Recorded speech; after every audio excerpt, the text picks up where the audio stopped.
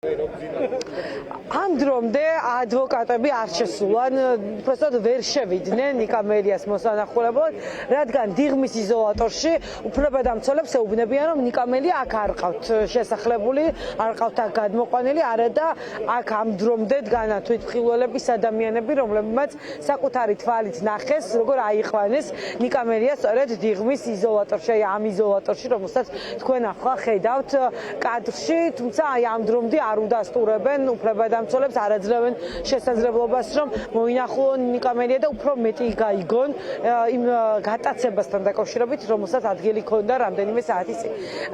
გიორგი კირთაძე არის ჩვენთან ერთად. გიორგი, ამ პროცესებით დღეს განვითარებული მოვლენებით რას გეუბნებათ რეჟიმი? ხო, საინტერესო ამბავია, ხო? ნიკას ფიზიკური მონაცემებიდან გამომდინარე, ალბათ რთულია შეგეშალოს, არადა ხალხმა დაინახა, რომ ნიკა შეიყვანეს. მას შემდეგ გავიდა 2 საათი. 2 საათია ადვოკატს ეუბნებიან, რომ ის აქ არ არის.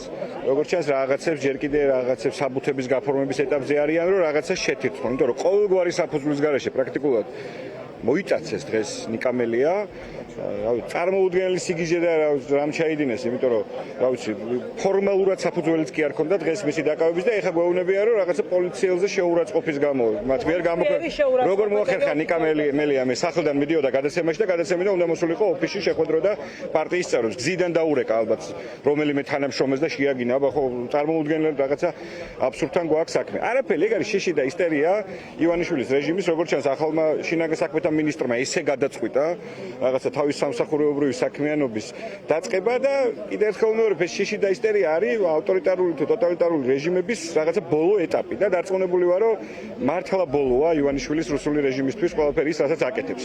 საბოლოო ჯამში კიდევ ერთხელ ვიმეორებ, წულუკიანის უკანონო არაღიარებულ, რა ვიცი, საფუძვლო კომისიაზე არ მისვლის გამო პროდასოლული ლიდერების უმრავლესობის ციხეს ჩასმა გადაწყვიტა ივანიშვილმა და თან გადაწყვიტა ასეთი ფორმით.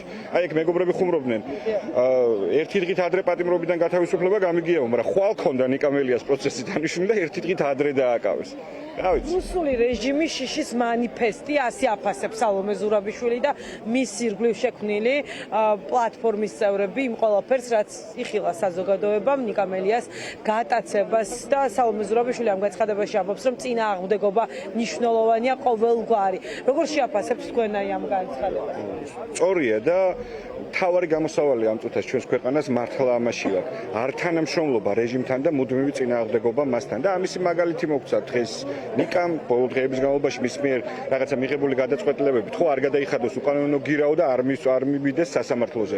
ამისი მაგალითი მოგცა სხვა ადამიანებმა, იქ ირაკლი ოქროშვილი, ზურა ჯაფარიძემ, სხვებმა უახლოეს პერიოდში ყველამ კარგად ვიცით, რომ ასევე ველოდებით ნიკა გვარამიას დაკავებასაც და დანარჩენ პროდასოლულ ლიდერებზე, რა ვიცი, სახელმწიფო საქმე აღზრულია და გირაოს ქვეშ ყავთ დანარჩენებიც.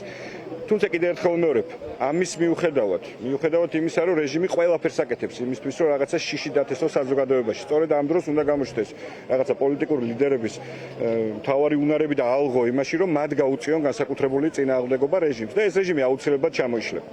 მადლობა გიორგი კირთაძე, სალომე მელიასთან გადავინაცვლებ მე და კოალიცია ცვლილებისთვის მეორე ლიდერი არის ნიკა მელია, ვისაც ქართული ოცნება უპირებს დაპატიმრებას და თავის მე-12 დაწესებულებაში გამოკეტვას. სალომე, როგორ აფასებთ აი ამ პროცესებს, რას გაგონებთ ეს ყველაფერი, რასაც ახლა თვალს ადევთ? ფაქტი არის, ხედავთ, რომ ამ ქვეყანაში არც სამართალი არ არის. ეს არ არის ქვეყანა, ეს არის ადგილი, სადაც ადამიანი, რომელიც მიდის გადაცემაში, გზად სპეცოპერაცია იყო ის, რაც ჩაუტარეს, გაიტაცეს ადამიანის არ ყოფილა დაკავება, მაშინ როდესაც ფორმალურად 12 საათამდე მას ვადა ქონდა გადაიხადა გირაო და ხვალ 2 საათზე ქონდა სასამართლო.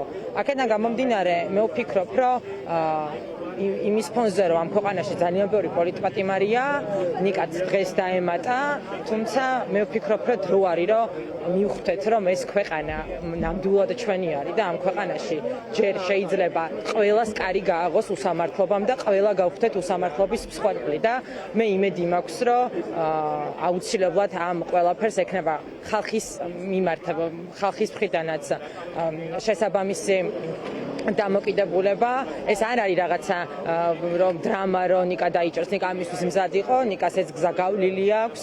ნიკა ძალიან ამაყად და ძალიან გააზრებულად არის ამ ბრძოლაში უკვე 12 წელიწადია და მე ძალიან ვამაყობ მისთვის პირველ რიგში როგორც ოჯახის წევრით, იმიტომ რომ ის არის ადამიანი, რომელიც მართლა საკუთარი თავისუფლება გაწია ქვეყნის უკეთესი მომავლისთვის. მადლობა, სალომე მელიას უსმენთ პირდაპირ ეთერში. ასეთი არის ვითარება დიღმის იზოლატორთან, აქ ნიკა მელიას მეგობრები, ახლობლები, გულშემატკივრები, პარტიის წევრები არიან ამ დრომდე შეკრებილი და ამ დრომდე მისი ადვოკატები ცდილობენ გავიდნენ კონტაქტზე და როგორმე დაადგინონ, როდის მიეცემათ მათ შესაძლებლობა რომ მოინახულონ დაპატიმრებული ნიკა მელია, თუმცა ამ დრომდე არ უდასტურებენ აი ამ დაწესებულებაში, რომ ნიკა მელია ყავთ მოთავსებული ამ იზოლატორში, არადა თვითმხილველები, როგორც გითხარით ცოტა ხნის წინ, ამბობენ რომ მათ საკუთარი თვალით ნახეს, როგორ აიყვანეს ხელბორკილ დადებული ნიკა მელია დიღმის წინასწარი მოთავსების იზოლატორში. ხო, ესეც რაღაც კიდევ ერთი უცნაური ამბავია. ნანუკა, ძალიან დიდი მადლობა გემშვიდობები შენ. ნანუკა ქაჯაია იყო ჩვენთან პირდაპირ ჩართვაზე.